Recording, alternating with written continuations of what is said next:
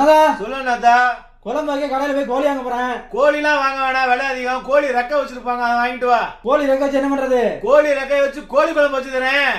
சாப்பாடு விதமா இருக்குமா? சாப்பாடு இட்லி தோசை எல்லாத்துக்கும் இழுவையா இருக்கும். மக்களே வெளியே பாருங்க, மறக்காம லைக்காவது போட்டு விடுங்க, தொண்டை தண்ணியே போகுது. வாங்கிட்டு வந்த கோழி ரெக்கையை மஞ்சள் உப்பு போட்டு நல்லா கழுவி எடுத்துங்க. ஒரு பாத்திரத்தில் எண்ணெய் ஊற்றி பட்டை கிராம்பு ஏலக்காய் சோம்பு சீரகம் பிரியாணி இலை கருவேப்பிலை நறுக்கி வச்ச 2 பெரிய வெங்காயம் 4 பச்சை மிளகா நல்லா போட்டு வதக்குங்க. வெங்காயம் கலர் மாறினதுக்கப்புறம் தான் நம்ம கழுவி வச்ச ரெக்கைப்பட்டையை உள்ளே போட்டு நல்லா வதக்குனதுக்கப்புறம் 2 ஸ்பூன் இஞ்சி பூண்டு பேஸ்ட்டு 2 தக்காளி மஞ்சத்தூள் மிளகாய்த்தூள் கறி மசாலா அம்பிட்டு தான். மசாலா பச்சை வாசனை போகிற அளவுக்கு நல்லா ஃப்ரை பண்ணிங்கன்னா தண்ணி இல்லைங்க, எண்ணெய் பிரிஞ்சு வரும். தேவையான அளவு தண்ணி ஊற்றி நல்லா ஜலபுல ஜங்கான்னு கொதிக்க வச்சிங்க அப்படின்னா இட்லி தோசைக்கு ரெடி ஆயிரும் மக்களே. நல்லா மலைச்சாறு மாதிரி மல்லித்தலையும் பெப்பர் தூளையும் போடுங்க.